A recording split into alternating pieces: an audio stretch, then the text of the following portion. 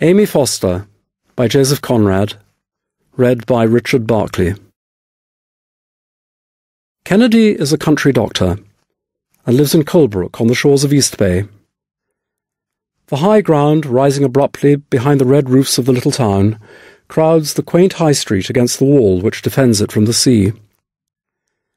Beyond the sea wall there curves for miles, in a vast and regular sweep, the barren beach of shingle, with the village of Brenzett standing out darkly across the water, a spire in a clump of trees, and still further out the perpendicular column of a lighthouse, looking in the distance no bigger than a lead pencil, marks the vanishing point of the land.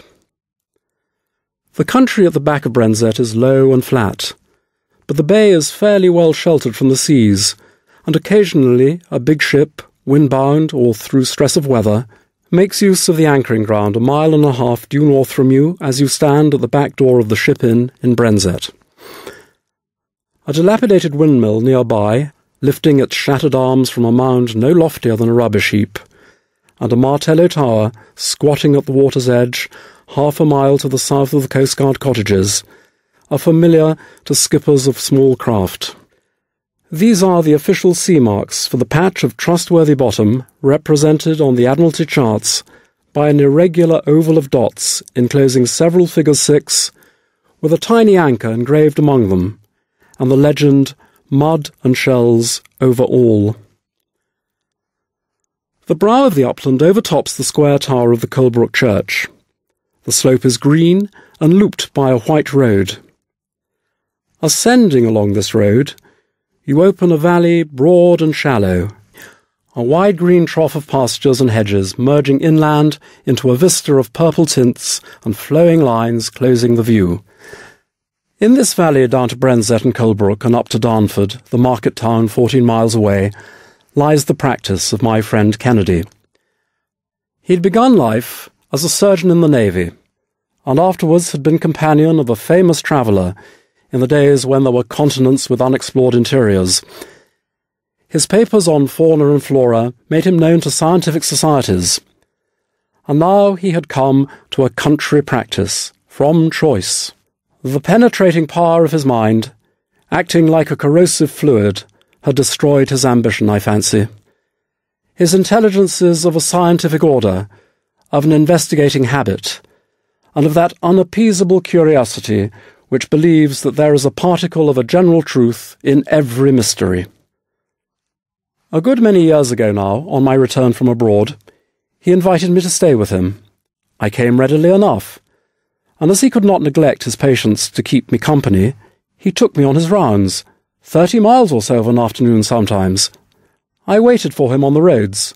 The horse reached after the leafy twigs, and sitting in the dog-cart, I could hear Kennedy's laugh through the half-open door, left open of some cottage. He had a big, hearty laugh that would have fitted a man twice his size, a brisk manner, a bronze face, and a pair of grey, profoundly attentive eyes.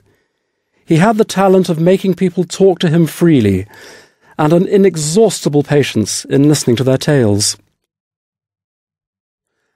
One day, as we trotted out of a large village into a shady bit of road, I saw on our left hand a low, black cottage, with diamond panes in the windows, a creeper on the end wall, a roof of shingle, and some roses climbing on the rickety trellis work of the tiny porch.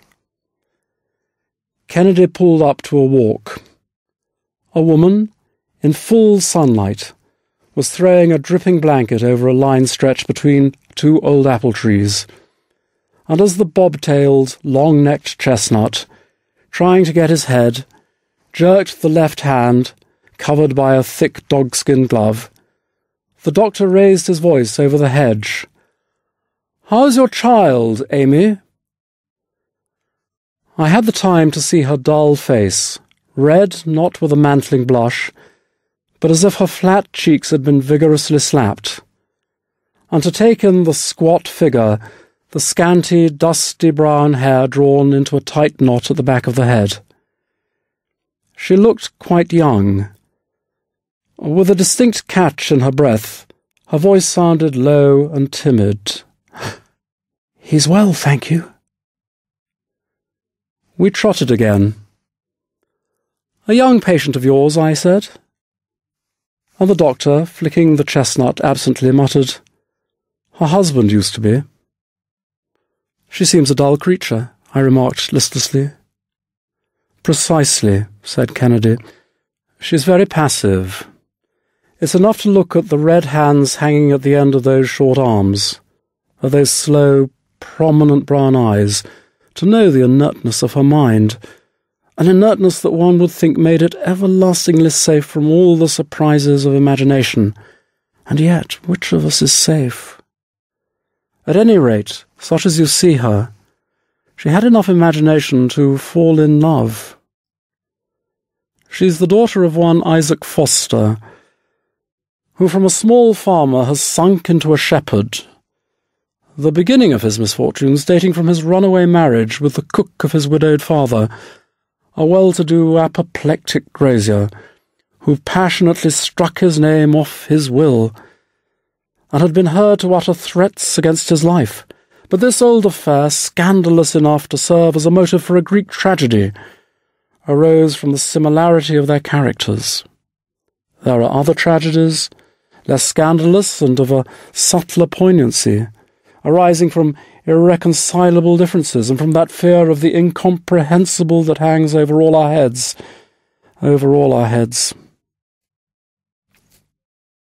The tired chestnut dropped into a walk, and the rim of the sun, all red in a speckless sky, touched familiarly the smooth top of a ploughed rise near the road, as I'd seen it times innumerable touch the distant horizon of the sea. The uniform brownness of the harrowed field glowed with a rosy tinge, as though the powdered clods had sweated out in minute pearls of blood the toil of uncounted ploughmen. From the edge of a copse, a wagon with 2 horses was rolling gently along the ridge. Raised up above our heads upon the skyline, it loomed up against the red sun, triumphantly big, enormous, like a chariot of giants drawn by 2 slow-stepping steeds of legendary proportions. And the clumsy figure of the man plodding up the head of the leading horse projected itself on the background of the infinite with a heroic uncouthness. The end of his carter's whip quivered high up in the blue. Kennedy discoursed. "She's the eldest of a large family. At the age of 15 they put her out to service at the New Barnes farm. I attended Mrs. Smith, the tenant's wife, and saw that girl there for the first time. Mrs. Smith, a genteel person with a sharp nose, made her put on a black dress every afternoon. I don't know what induced me to notice her at all. There are faces that call your attention by a curious want of definiteness in their whole aspect, as walking in a mist you peer attentively at a vague shape which, after all, may be nothing more curious or strange than a signpost. The only peculiarity I perceived in her was a slight hesitation in her utterance, a sort of preliminary stammer, which passes away with the first word. When sharply spoken to, she was apt to lose her head at once, but her heart was of the kindest. She'd never been heard to express a dislike for a single human being. And she was tender to every living creature. She was devoted to Mrs. Smith, to Mr. Smith, to their dogs, cats, canaries, and as to Mrs. Smith's grey parrot, his peculiarities exercised upon her a positive fascination. Nevertheless, when that outlandish bird, attacked by the cat, shrieked for help in human accents, she ran out into the yard, stopping her ears, and did not prevent the crime.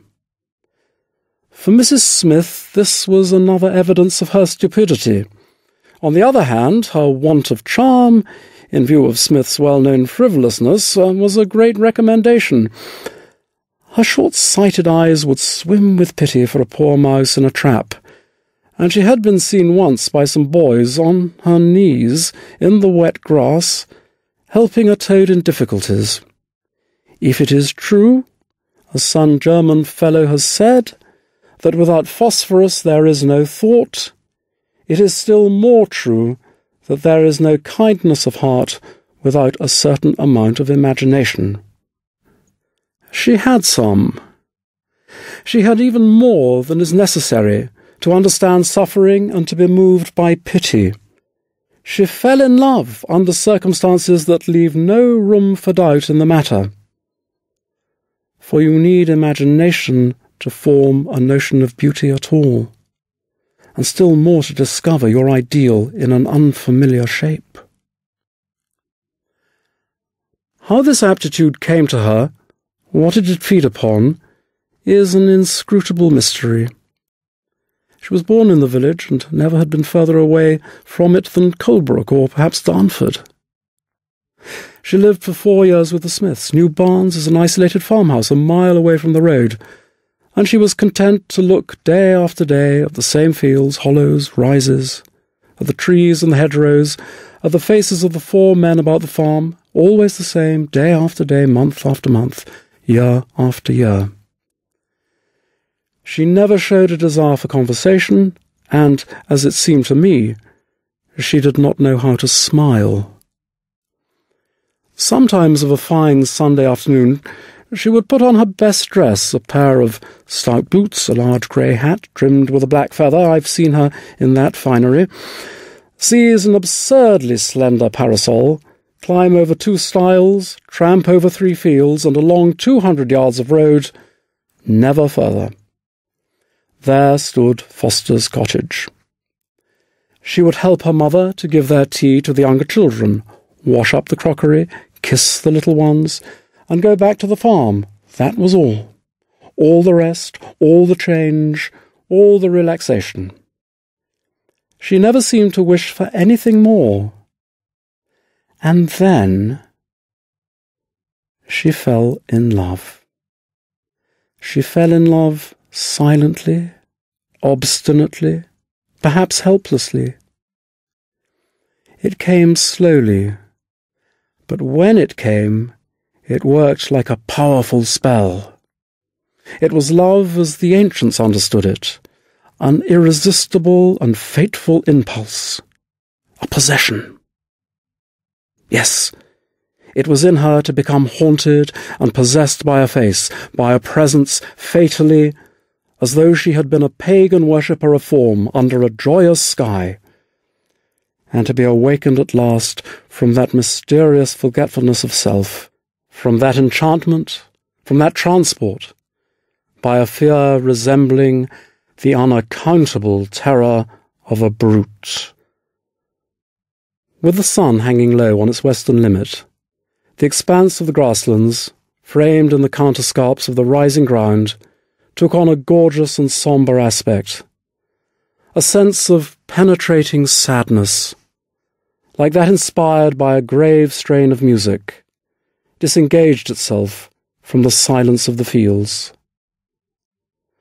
The men we met walked past slow, unsmiling, with downcast eyes, as if the melancholy of an overburdened earth had weighed their feet, bowed their shoulders, borne down their glances.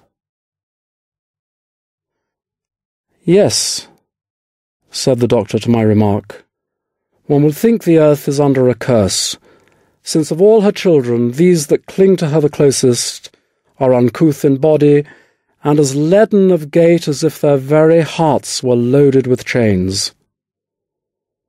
But here on this same road you might have seen amongst these heavy men a being lithe, supple, and long-limbed, straight like a pine, with something striving upwards in his appearance, as though the heart within him had been buoyant.